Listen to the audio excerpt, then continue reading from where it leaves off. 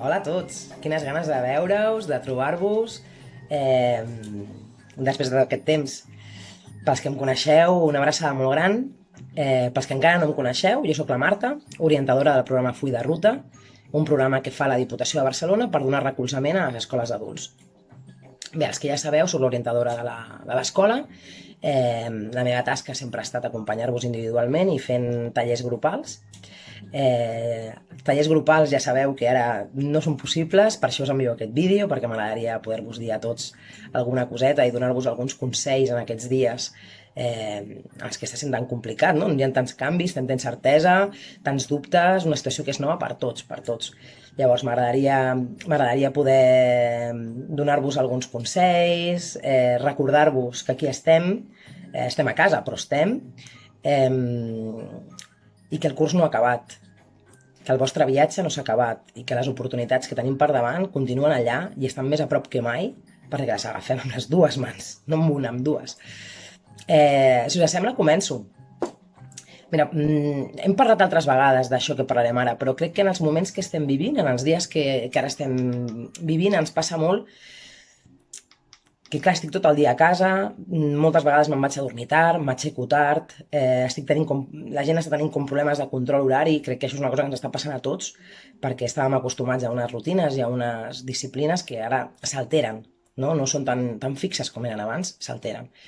Això a què em porta? Pues si a mi ja em costava posar-me a fer les coses en el moment en què eren per fer-les, ara que els horaris se m'han canviat, les trucades, els mòbils no paren, les coses no paren, suposo que és un moment en què encara, amb més motius que mai, està sent difícil poder concentrar-se i poder tirar endavant amb el propòsit que teníeu, no? Que era un propòsit molt important, era un canvi de vida, era faig això perquè vull canviar i vull arribar a un altre punt, i ni el coronavirus ni nada lo va parar, este cambio. Llavors és molt important que comencem a veure quines coses em dificulten, observar-me amb quines coses m'està dificultant i de quines maneres puc apropar-me als meus objectius. Hem preparat uns cartells, perdoneu-me pel material, perquè estem a casa i fem el que podem. Vale. Consells pel confinament.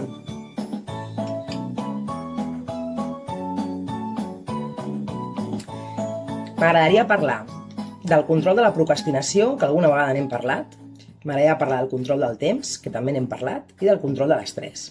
Crec que aquests tres aspectes, si aconseguim controlar-los, aconseguirem que aquest temps que ara és més valuós que mai, perquè tinc tot el dia, la gent no pot sortir de casa, tinc un temps meravellós per poder portar a terme el meu projecte. Crec que si controlem aquests tres aspectes, començarem a sentir-nos molt millor, molt més preparats, molt més organitzats. Llavors, començo amb el tema del control de la procrastinació. Aquest és un tema que preocupa perquè és un tema complicat de gestionar i li passa a molta gent. Deixo les coses per després, no ho puc evitar. Tengo el vicio de dejarlo para luego. Això ho faig després, o ara m'hi poso, o primer veig un capítol i després m'hi poso, ara breno i després m'hi poso. Tot això és el producte de la meva manera d'estudiar. Pel sistema en el que estem, per la manera de funcionar que tenim, acostumem a deixar les coses pel final. I a última hora fotre-li molta canya, potser tota la nit, potser 3 dies seguits, potser molt. Per tant, el meu cervell, que és intel·ligent, sap que jo quan m'hi poso a estudiar li foto molta canya i molt d'estrès.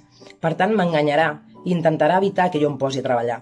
Cada vegada que jo digui ara m'hi vull posar, em dirà però primer ordena l'habitació, però primer renta això o dutxa't o fes tal cosa, vale, truques a tal i després t'hi poses. Això, quan jo m'estic volent posar des de les 9 o des de les 10 del matí, o des de les 3 de la tarda o les 4 de la tarda, l'important no és el moment en què m'hi poso, l'important és que m'hi posi i quan m'hi posi que em concentri. Llavors, jo vull començar a les 10, vull començar a les 11 i veig que, ostres, la 1 i encara no he començat. Aquí l'única cosa que està passant, jo no soy mala, jo no soy malo, jo no és que no vulgui estudiar, jo vull estudiar.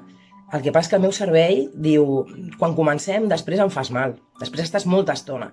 Per això és molt important que comencem a organitzar-nos bé el temps d'estudi, les hores que dedico a estudiar, a descansar, perquè a poc el meu cervell anirà veient que, vale, quan em demanes que ens posem a estudiar, no me matxaques. Ok, ens podem posar. I d'aquesta manera vaig millorant la flexibilitat que té el meu cervell per concentrar-se, desconcentrar-se, tornar-se a concentrar i desconcentrar-se. Fixeu-vos que les persones que procrastinen els hi costa molt posar-s'hi, però quan s'hi posen són capaços d'aguantar moltes hores la concentració. Llavors, no hi ha un problema de concentració, hi ha un problema previ a la concentració. Per tant, si jo vaig a poc organitzant-me, ara faig això, descanso, ara faig allò, descanso, i em respecto els dos aspectes, el de descans i el de treball, el meu cervell començarà a procrastinar molt menys i tindrà més flexibilitat per dir, ok, Marta, ara ens hi posem, sé que és una hora, i quan dius que és una hora són 2 hores, sé que és una hora, 2 hores, sé que no m'enganyes, i després farem una altra cosa. Per tant, des d'aquí començo a trencar amb això que, donat el confinament, doncs tots hem fet com un bajón de, i ara què fem, no? Durant aquest primer moment de parón de què passarà, que continuaran havent exàmens, no hi haurà, em podré avaluar aquest any, no em podré avaluar. Aquest punt ja ha passat, però això també m'ha deixat com una ressaca de que ara m'hi costa tornar-me a posar, em costa tornar a continuar. Sé que no, he parlat amb les escoles i les escoles em diuen que tothom està a tope. Em sembla genial, us animo, us recolzo i no esperava menys. Control de l'estrès. El primer de tot que et diria per controlar l'estrès és que no ho deixis tot pel final. Si no ho deixes tot pel final, l'estrès educatiu, en aquest sentit, podem haver altres estressos, però l'estrès educatiu no apareix si jo vaig organitzant-me setmanalment, diàriament. Per tant, el millor consell que us puc donar, el millor, en realitat, al final de tot, és no deixar-ho tot pel final. Però si pel que sigui, tot i que vaig amb temps, tot i que ho estic organitzant-me bé, continuo sentint que alguna cosa no va bé, el primer que haig de fer és escoltar-me i detectar què és aquest estrès que tinc i què és el que em provoca, què és el que em genera. Això el primer. En el cas de que detecto estic estressada, ho noto que la panxa, noto que no em concentro, noto que salto d'un tema a l'altre, que se m'obliden les coses, que volia fer això i m'he posat a fer l'altre i m'he deixat de fer allò. Tot això són símbols de que estic passant un procés d'estrès. Per tant, si veig que això m'està passant, no me alarmo, però sí que poso mesures i començo a acotar-ho. El primer, realitzar activitat física.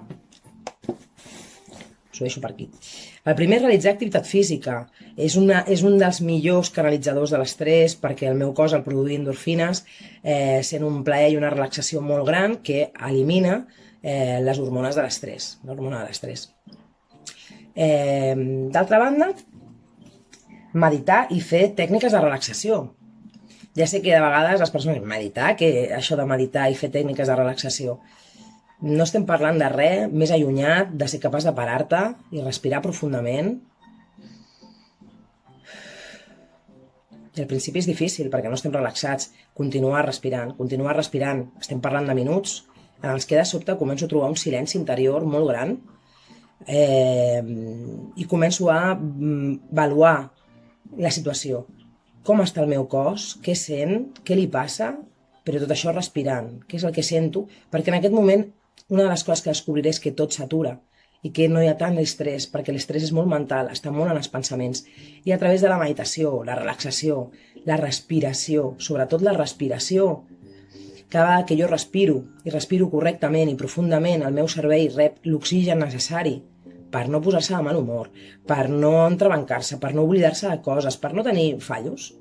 El meu cervell necessita oxigen. I sembla com... És obvi que tots respirem, però no tots respirem bé. Hi ha molta gent que la respiració la deixen a mig cos, no? La paren aquí, no? I la respiració ha de ser profunda. Fins a baix i després m'ha de deixar completament desfondada. Llavors, quan veig que això em passa, tècniques de meditació, que no és més que aturar-me, respirar, si la ment... És que haig de fer coses, haig d'estudiar, haig de fer... Torno a la respiració, torno a controlar la meva respiració i torno a imaginar-me la respiració. En 5 minuts puc tornar al centre, en 5 minuts respirant correctament. Per tant, és una eina gratis i superfàcil. Tercera, fer relacions socials i relacions familiars. Aquests són dies de confinament i no sé si us heu adonat, però les relacions estan canviant, no? Gent amb qui potser abans no et parlaves, ara t'estàs parlant pel mòbil i t'estàs fent videotrucades, que són coses que abans no feies ni amb aquelles persones, ni la videotrucada, ni parlar amb aquelles persones, no? Però ara s'estan donant com bastants canvis socials, perquè estem en un moment de soledat o d'interioritzar, tant com per saber a qui trobem a faltar, amb qui hem de parlar. Quan anem amb la màquina a tope, de vegades no notem ni aquestes petites coses, no? I per tant és molt important que aquests dies, en què a més estem sols, jo aprofiti les meves xarxes, els meus amics, per fer una trobada amb una videollamada, per fer el que sigui, fora de les meves hores d'estudi. A les meves hores d'estudi, mòbil apagat, mòbil en silenci, mòbil modo avión o mòbil bloqueado para todos menos para las personas que me están enviando. Coses relacionades amb això i que m'estan concentrant més i que m'estan ajudant més. Per últim, alimentació saludable. Si jo no estic menjant bé, si jo estic menjant tot el dia greixos o tot el dia no menjo verdures, no menjo carns, no mantenc uns bons horaris amb l'alimentació, començaré a confondre avorriment amb gana. Començaré a confondre aquestes dues coses, afegint un problema més a l'estrès, que és, ostres, ara tota l'estona tinc un neguit que vull menjar alguna cosa, que vull picotejar, Llavors, d'aquesta manera, m'alimento correctament, em recolzo, si visc amb la família, em recolzo amb la família, en seguir els horaris que ells tenen, en menjar el que em posen, vigilar si el que estic menjant és adequat per mi, tenir present això, i perquè tot això em puja les defenses. A més de que em va bé per estudiar, a més em puja les defenses, i en la situació en la que estem és interessant que ens pugem les defenses, que estiguem al darrere d'això. Per últim, no consumir substàncies nocives. Òbviament, no cal ni dir-ho, no? Però quan un esportista està a punt de presentar-se a una competició, està a punt de presentar-se a una prova, per més normal que sigui beure, no pot beure. Per més normal que pugui semblar tenir, jo què sé, sortir de festa amb els amics o fer coses, no ho ha de fer, perquè tot això d'alguna manera està desconcentrant d'un projecte personal que té i d'un objectiu, d'una competició en la que està. Escolta, que vols sortir, vols beure? Surt i beu, però clar, després competeix amb gent que no ha begut, que no li ha fet al seu cos, no li ha fet cap mena de... Doncs ara és un moment per posar els meus 5 sentits, o els 6 sentits, a tope. Per no evadir-me, per no desconnectar-me. Tinc temps per estar amb mi. Després de tants anys tinc temps per estar amb mi. No pot ser que estar amb mi sigui una cosa que a mi em generi la necessitat d'evadir-me de mi mateixa. És com la gent quan diu, estoy en casa, estamos tan mal en casa, es que ya no aguanto más de estar en casa. Bueno, pues clar, si no estàs bé a casa, fes alguna cosa per estar bé a casa teva, perquè si a casa teva no estàs bé, fes alguna cosa. Amb això passa el mateix. Si no estàs bé amb tu mateix, estant a soles i necessites evadir-te, fes alguna cosa, perquè tu no pots estar malament amb tu. No té sentit. Important aquest control de l'estrès, i més en la situació en la que estem, una situació en la que estem tots a casa, acostumats a sortir molt, a moure'ns molt. Per això us dic que és important fer tècniques de relaxació, de meditació. És un moment de la vida en què tots estem canviant, tots estem fent coses que no fèiem abans, tots estem traient recursos d'on no sabíem que els teníem, i tots estem despertant molt, despertant de què és el que vull fer i qui vull ser quan acabi el coronavirus, no? Després de tot això. Vosaltres, sobretot, esteu molt centrats en qui seré després del coronavirus, i això jo crec que ha de ser la bandera de cada matí.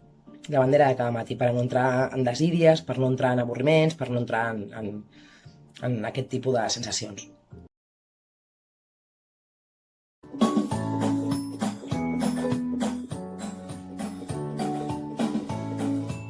Quatre aspectes claus. Primer, ser realista. Ser realista vol dir que jo calculo les hores que tinc al dia, les obligacions personals, familiars, les obligacions que tinc en matèria d'exàmens i en matèria d'estudiar. Un cop faig aquest peron que dèiem abans d'organitzar-me la feina, igual que ho faig cada dia, també haig de fer aquesta planificació de, tinc 20 dies d'aquí l'examen, tinc un mes d'aquí l'examen, tinc X dies d'aquí l'examen. Puc dedicar cada dia X hores, m'organitzo. Soc realista i prenc control del temps. D'aquesta manera, com per exemple, imagineu-vos un exemple, vull pujar a l'Everest, vull fer la muntanya a l'Everest i dic, la faig avui i la faig ara, i començo a pujar. No podré pujar a l'Everest tot d'una.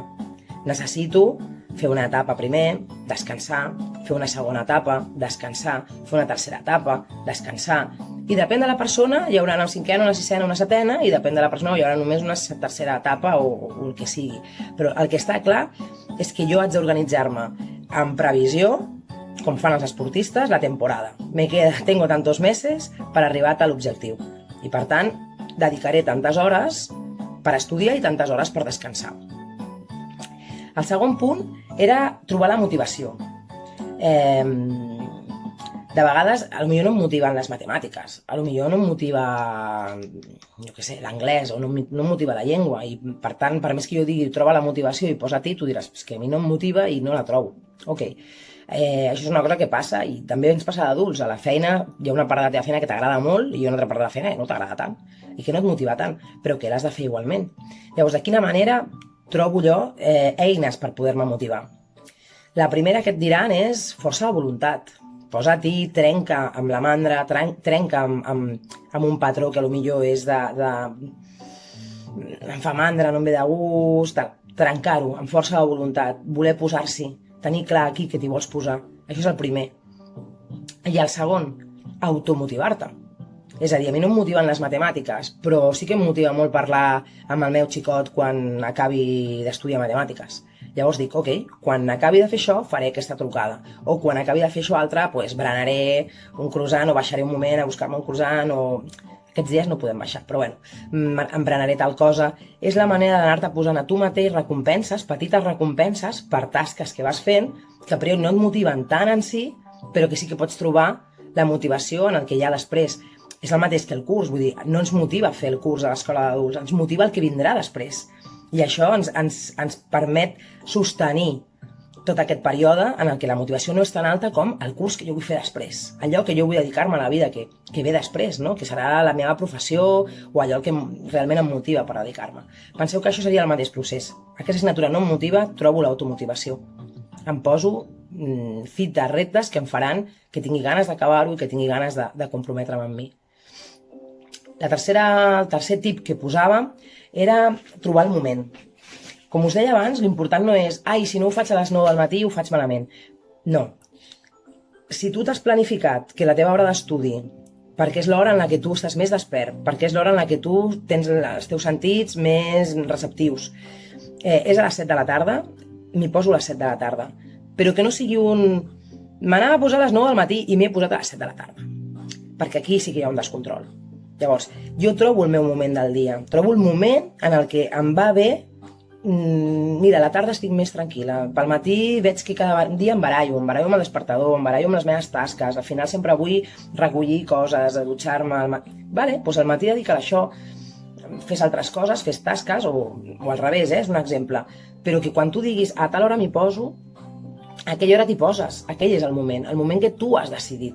Aquí no hi ha ningú que pugui controlar el teu temps. I si hi ha algú que l'està controlant, i si hi ha alguna cosa aliena a tu que controla el temps, hòstia, no hi ha un problema. Per tant, jo dic que a les 7 m'hi poso, i a les 7 m'hi poso. Trobo el moment. Me l'apunto, l'organitzo, el planifico. Sí? Trobar un bon lloc. Trobar un bon lloc és tenir un espai tranquil. És tenir un espai en el que no hi hagi música. És tenir una música que m'ajuda a concentrar-me. No una música amb les lletres de les cançons que més m'agraden, perquè llavors se me'n va la lletra i m'escapo, no?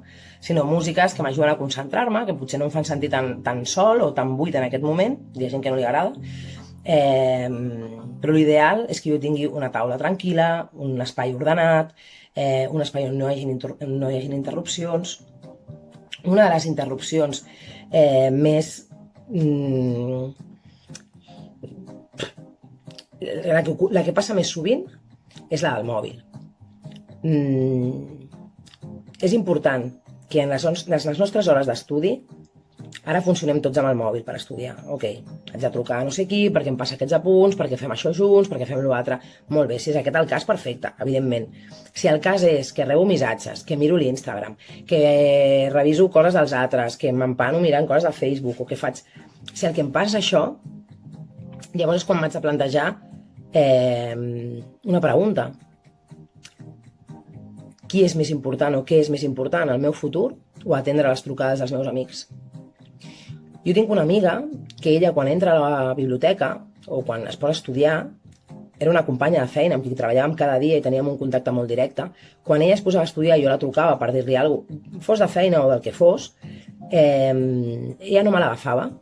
I jo deia, per què no me l'agafa si està estudiant? Sé que està a casa, no està treballant, no està a altre lloc, no està... Per què no me l'agafa? I li vaig preguntar, escolta, com és que no m'agafes el telèfon? I em va respondre, no t'agafo el telèfon perquè el temps en el que estic estudiant és el meu temps. És el temps que estic dedicant pel meu futur. És el temps que dedico a mi mateixa com a empresa, a formar-me, a créixer, a fer-ho ràpid perquè no m'hi vull estar 10 hores, m'hi vull estar 3 hores o 4. És un temps que em dedico a mi i em respecto a mi més que als amics. Però tranquil·la, Marta, perquè quan surti a fer un descans, el primer que faré és trucar-te. Em va sorprendre, perquè les persones normalment no ens respectem d'aquesta manera. I això és un acte d'estima a un mateix. Això és estimar-se. Ella va dir, no t'agafo el telèfon perquè m'estimo, va ser la seva primera frase. I em va sorprendre, no m'agafes el telèfon perquè t'estimes? Després, quan m'ho va explicar, ho vaig entendre millor. Així que estimem-nos. El meu temps, el temps en el que jo estudio, el temps en el que jo em preparo pel meu futur, és un temps per mi. I si em necessites, tranquil·la, que quan faci un descans et trucaré. Però durant el meu temps d'estudi em respecto amb el mòbil.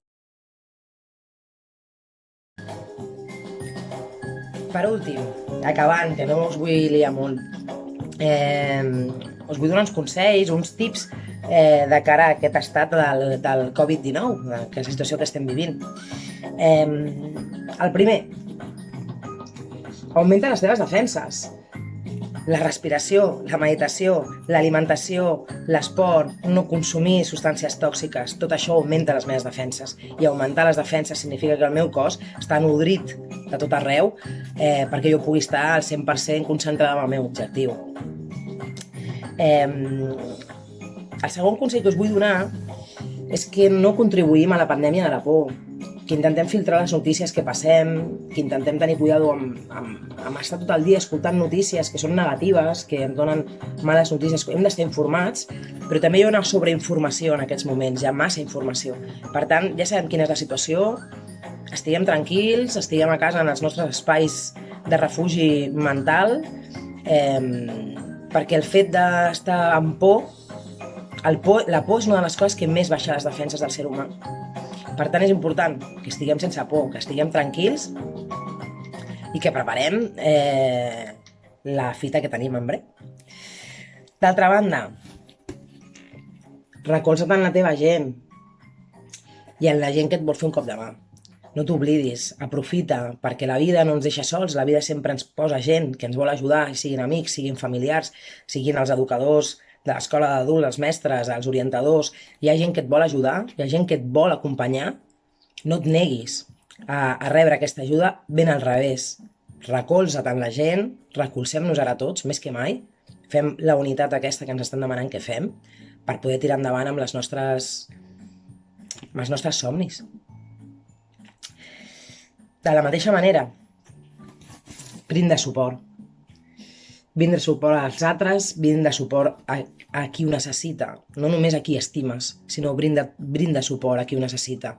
Perquè això és el que som, perquè és el que volem ser, perquè la situació és complicada i perquè igual que jo necessito ajuda, tu la necessites i l'altre la necessita, i per tant és un moment de que tots estiguem oferint, tens les coses, estàs desmotivat, t'ajudo, vols fer una videotrucada, no abandonis, no tal. Entre els mateixos companys moltes vegades teniu més força que els propis equips d'orientació, d'educadors, perquè un company quan et diu vinga que tu pots, allò moltes vegades és molt més fort i molt més impactant que quan t'ho diu un adult, i per tant, molt important que entre vosaltres us recolzeu, molt important. Per últim, aprofita el temps. El dia té 24 hores per tothom.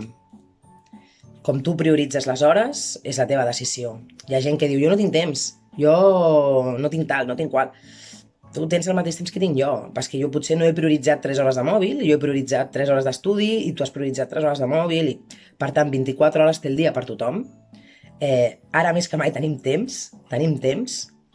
Si no procrastinem, que llavors ho fem molt inconscients, i és el que us deia, sense voler ja és la una, o sigui, a l'estar molt inconscients el temps passa molt ràpid.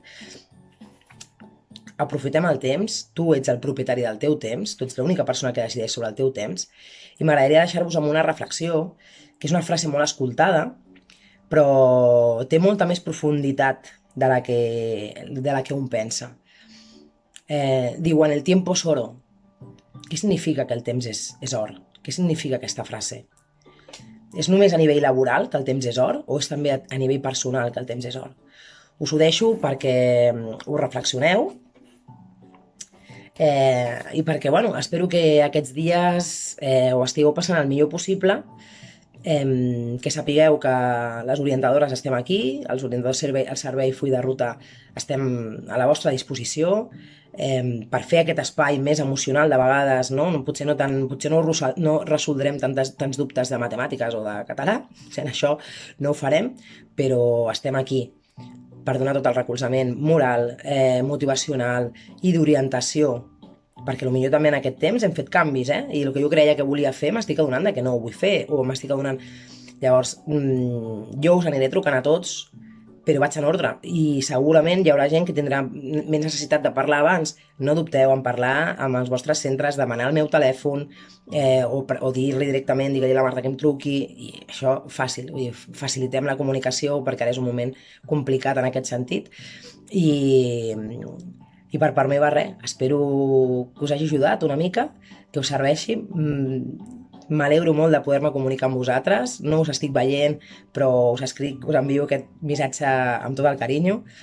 Espero que les coses estiguin anant com em diuen els mestres que estan anant, que esteu tots amb l'objectiu clavat al front, que ni coronavirus, ni crisis, ni nada me para per canviar la meva vida, per perseguir els meus somnis.